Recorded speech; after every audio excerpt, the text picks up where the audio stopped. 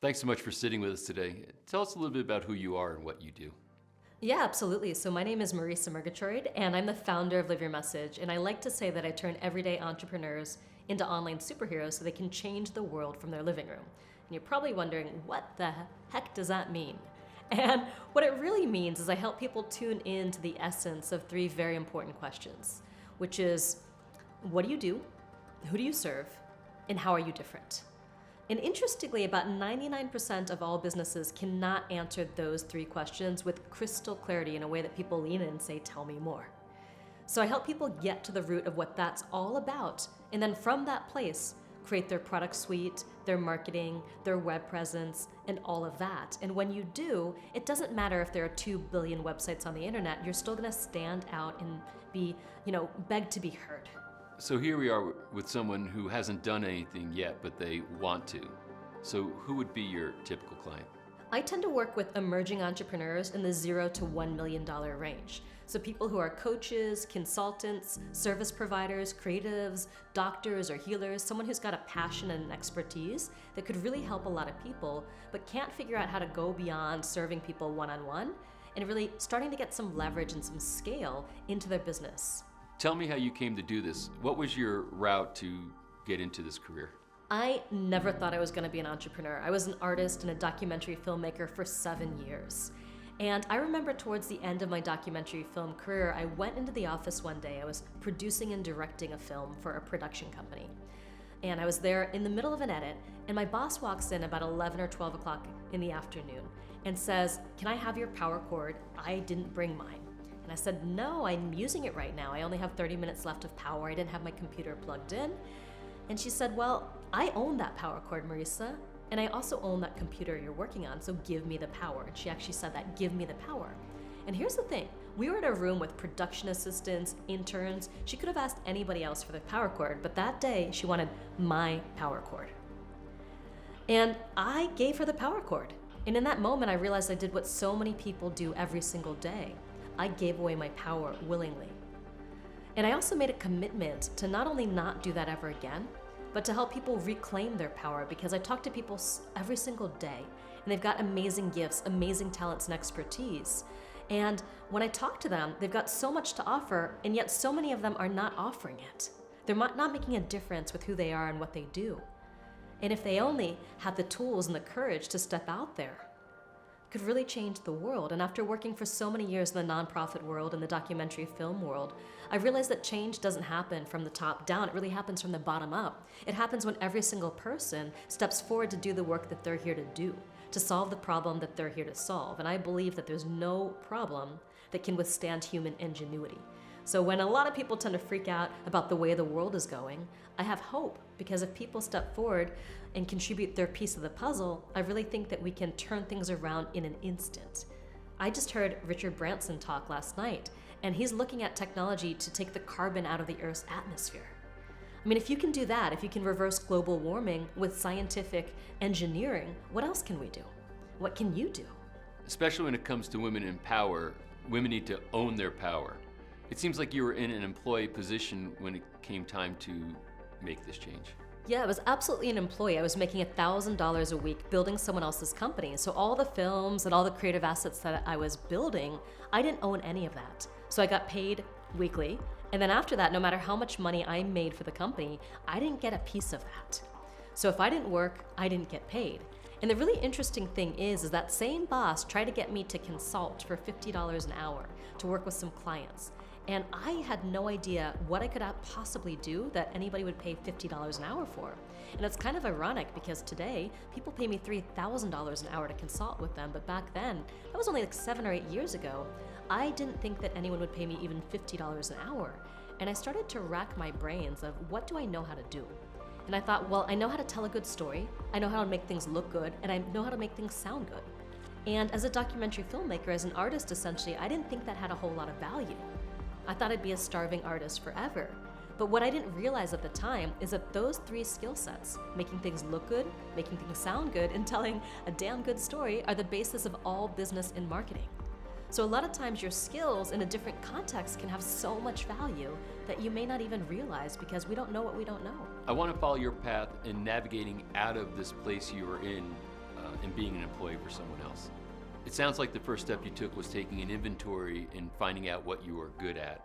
How did you step by step work your way from being an employee to being a successful entrepreneur? Well, the journey from being an employee to being where I am to building a mid-7-figure company took me about 7 years.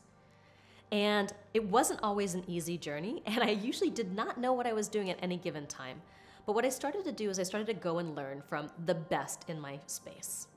I learned internet marketing, I learned how to sell, I learned how to build my business, I learned how to do all of these things. And the really interesting thing is that my background as an artist really contributed to what I was able to do in business. Now, a lot of people don't know, but that people with an MFA now get paid more than people with an MBA. They're more highly valued. Because creativity is a skill set that's really a skill of the future. Because when you've got creativity and you've got the ability to do things in new combinations and in different ways that the world hasn't seen before, you can really stand out even in the most crowded market that the world has ever seen. And so I had skill sets that I didn't even know were valuable. And then when I combined the skills that I already had that I didn't know the value of with training on how to do all of this stuff, all of a sudden I could put it together in a way that the market wanted and that people were willing to pay handsomely for. But it surprised me, I gotta tell you that. If somebody wants to work their way out of being a doctor in practice and selling their time by the hour, Yeah. how much time do they have to spend to learn the skills that you're talking about? Well, with the right business model, with the right support, with the right guidance and mentorship, I believe people can progress one stage of business growth per year. And I've created a model with 5 different stages of business growth. Blue sky being the stage where the sky is the limit, anything is possible, going into Call Me, which is a stage where, say, a doctor may already be at because they have a thriving private practice. Going into Late Call Me, where you start to have leverage with group programs, into List Build, where you can have one-to-many programs, and ultimately into the authority model, where you become that household name, where you can make money from speaking, from high-level consulting, from books, from all of these different revenue sources and marketing channels, and you appear to be everywhere. So it took me about 4 years to go from brand new in a job all the way to having that authority status and crossing, the multi-million-dollar level. So with each person, it really depends on the amount of time that you devote to the process, but I found it's about 1 stage of business growth per year, as long as you do what you're supposed to do at each stage and not try to skip stages. And the big thing that people do when they learn internet marketing is they try to go from 0 to authority overnight, because a lot of the training out there is authority level strategies. And authority strategies take more marketing savvy, more team, more technology, more systems to get right. So if you progress those stage by stage, you can kind of slowly but surely really get there. And on occasion, people go from 0 to $1 million overnight or whatever it happens to be, but it's not super common. So I like to help people prove a model first, really discover what their unique value is and how to package it in a way that people are willing to pay for. And then we can scale the product and we can scale the marketing after that. I want you to help me dispel a myth if you agree with me about it. What I find common in the people that you're talking about is that they want to hire someone to put in place to do this for them rather than going through the entire learning process themselves to get this done. Does that ever really work out for them?